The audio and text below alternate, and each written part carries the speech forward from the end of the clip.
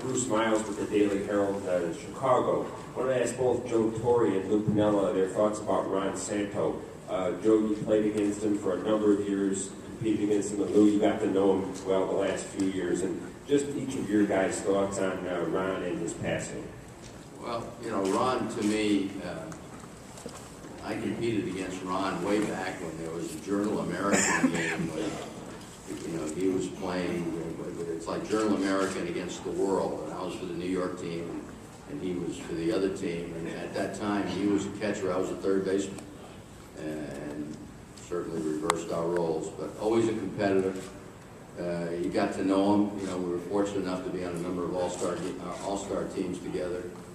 Never lost his sense of excitement for the game, always loved the game, and right up to the last time I saw him when he had his legs amputated and knowing what he was dealing with his whole life, the enthusiasm he maintained for life in the game of baseball, I just feel very privileged to have known him. Yeah, Ron, just an outstanding human being.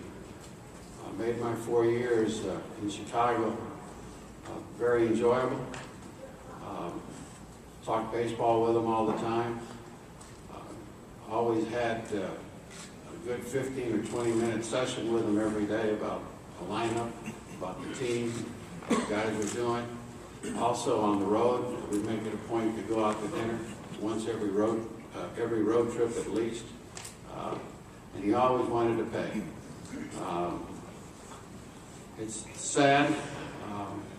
It was almost shocking when I was informed.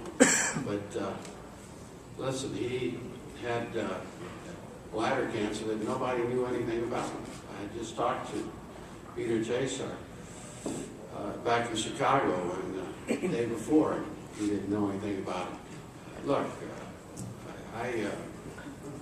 we've lost a true friend.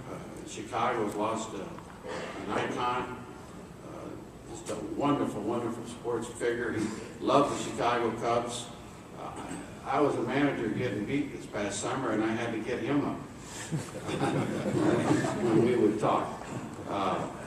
Look, my life was enriched from knowing Ron Santo for the past 4 years.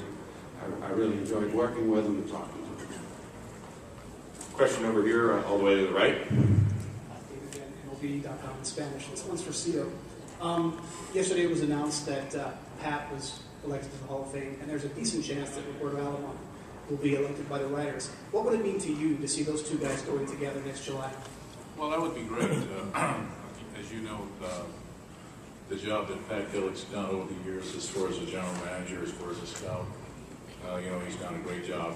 Everywhere he goes, he seems to come up with a winner. So, to me, he's a Hall of Famer. And Robbie Alomar, what can I say about Robbie? Robbie's probably one of the better players I ever managed, or didn't have to manage.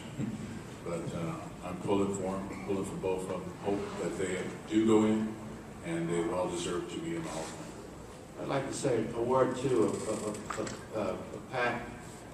First of all, congratulations. Well-deserved honor.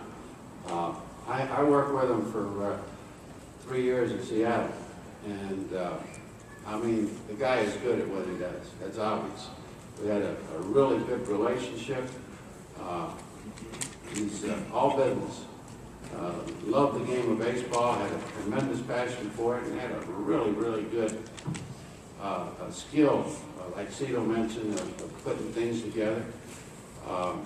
We won quite a few ball games over there in Seattle together, and Pat would put the teams together and let me manage it. But, just a really, really good human being, a good friend, and I'm really happy for him. Right here in front. Mike Poon from the New York Post. This is for Joe. Joe, I was wondering if you followed the Derek Jeter contract negotiations and your thoughts maybe on how the situation was handled. Well, yeah, Derek is, no question, he's, I don't wear those rings without Derek Jeter on our gloves. And You know, we were fortunate to have Derek, My Safe at Home Foundation. We honored him in November, and this was before he signed. You know, he's a very private person. I said at that time, and I'm glad it turned out that way, it's hard for me to believe that the Yankees wouldn't want him back, and I know that's the only ball club he's ever wanted to play for. And I'm just happy it worked out for him. I talked to him, you know, a couple of times over the last few, well, actually I talked to him once over the last few weeks, and we communicated through the texting, which my daughter taught me how to do. And he's, as I said, he's very private. I'm sure he's happy it's over with.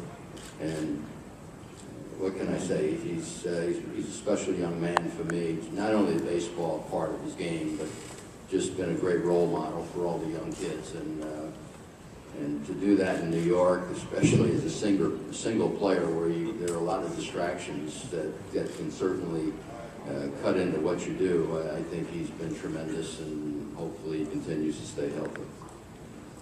Right here. Hi, Joe Capozzi from the Palm Beach Post. This is for Joe, Lou, and Cito. All three of you men know a thing or two about what it takes to get into the postseason. I'm curious, what are your thoughts on the proposal to expand playoffs, the extra wild card?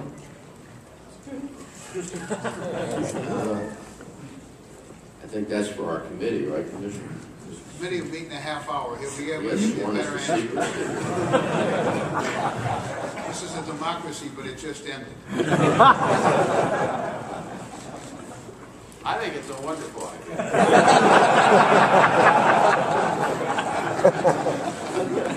Well, I do too. I think it's a great idea. I think it will cause more interest at the end of the season. Teams that are not in it could be in it. So, you know, I'm not sure what the commission's going to do with that, but I think it's something to be thought on, and perhaps, you know, I think it's good. Yeah, you know, I will comment. I think that the only thing I felt that I had a problem with is that there really wasn't any kind of a negative to be in the wild card team.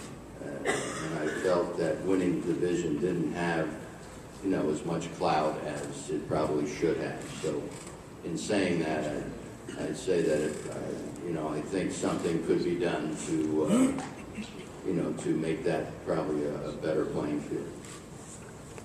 Right here. Jamie Campbell from Rogers Sportsnet. For Cito Gaston. Cito, at any time during your playing career, did you aspire to become a manager? Did you ever look at the managers you played for and thought, I'd like to give that a shot? Not at all.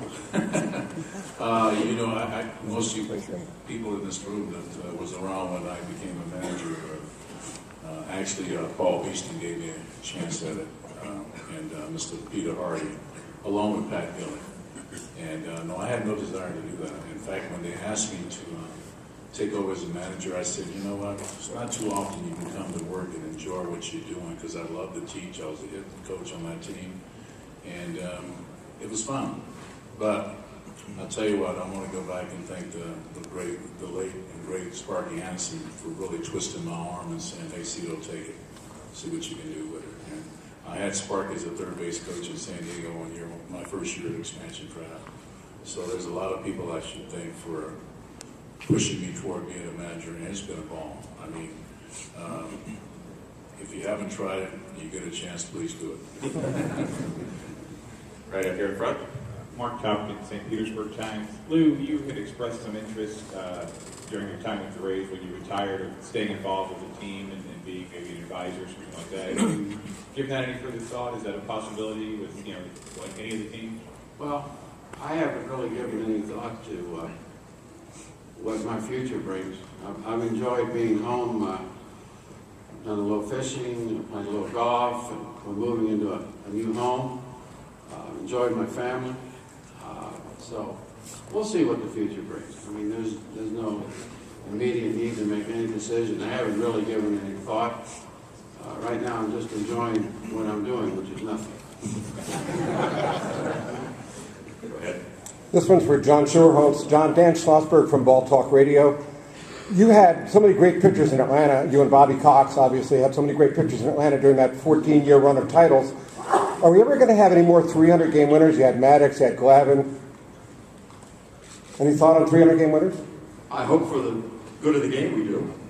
What joy it was to watch great Madison. I think he's here in the room, and Tommy Glavine and John Smoltz and those guys pitch every fifth day. It was for me and Bobby. I don't know how it was for the other guys sitting up there, but it was a delight. And a lot of their excellence obviously is inborn. It's who they are. It's what they made themselves. But a lot of that goes to credit to Bobby and how he managed them and how he cared for them and looked after them. So, yeah, I don't know if we'll have another 300-game winner. I hope we do. It's good for the game. Right here. Joe McDonald, ESPN Boston. Questions for Joe. Joe, can you just describe what it was like to manage Yankees, Red Sox rivalry, and what some of your good memories from that? Nothing I've ever been involved with. I mean, I grew up in Brooklyn, New York, and I remember what the Giants and the Dodgers were all about. Of course, that's from a distance. And but the Yankee-Red Sox rivalry is unparalleled as far as I'm concerned. Played them 18, 19 times every year, and every game was a season in itself. And I know that the people of Boston were very nice to me. I'd walk into the ballpark and everybody'd say good luck, and I'm not sure what that meant, but it was passionate. And as long as this game stays passionate, I think it'll continue to grow. But I know at the end of each series, either I'd call Terry or he'd call me and say, I'm glad this is over for another 5 or 6 weeks, because it's draining. It really is. And the people, how they love their baseball. And of course they're happy today, obviously, with what happened last night in Foxborough. But one story, I got to tell you one story. I was managing the Yankees, come down the elevator, staying at the Ritz-Carlton in Boston. This couple gets on, and he looks at me, he says, "You're Joe Torre." I said, "Yes, I am." He says, "We're going to beat you tonight." I said, "Well, I hope it doesn't happen." I said, "But if it does, it does." And now I know the wood is burning. There's something else that's going to come out.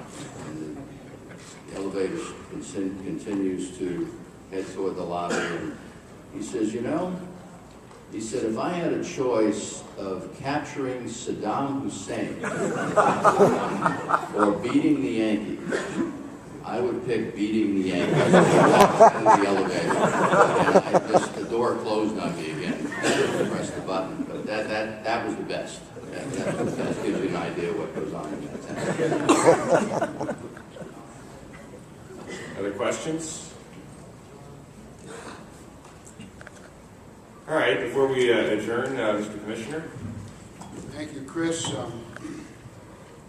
All of you have heard me say this, and I believe very deeply. Baseball is a social institution, and with that goes enormous social responsibilities.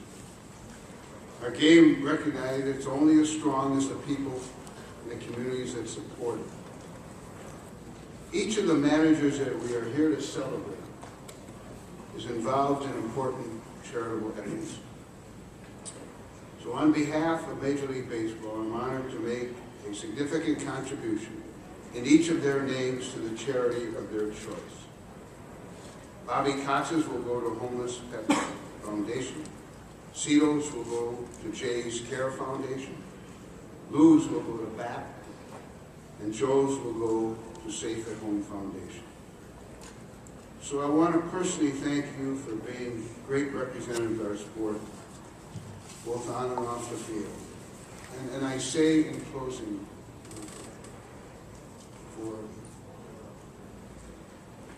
you did the ultimate.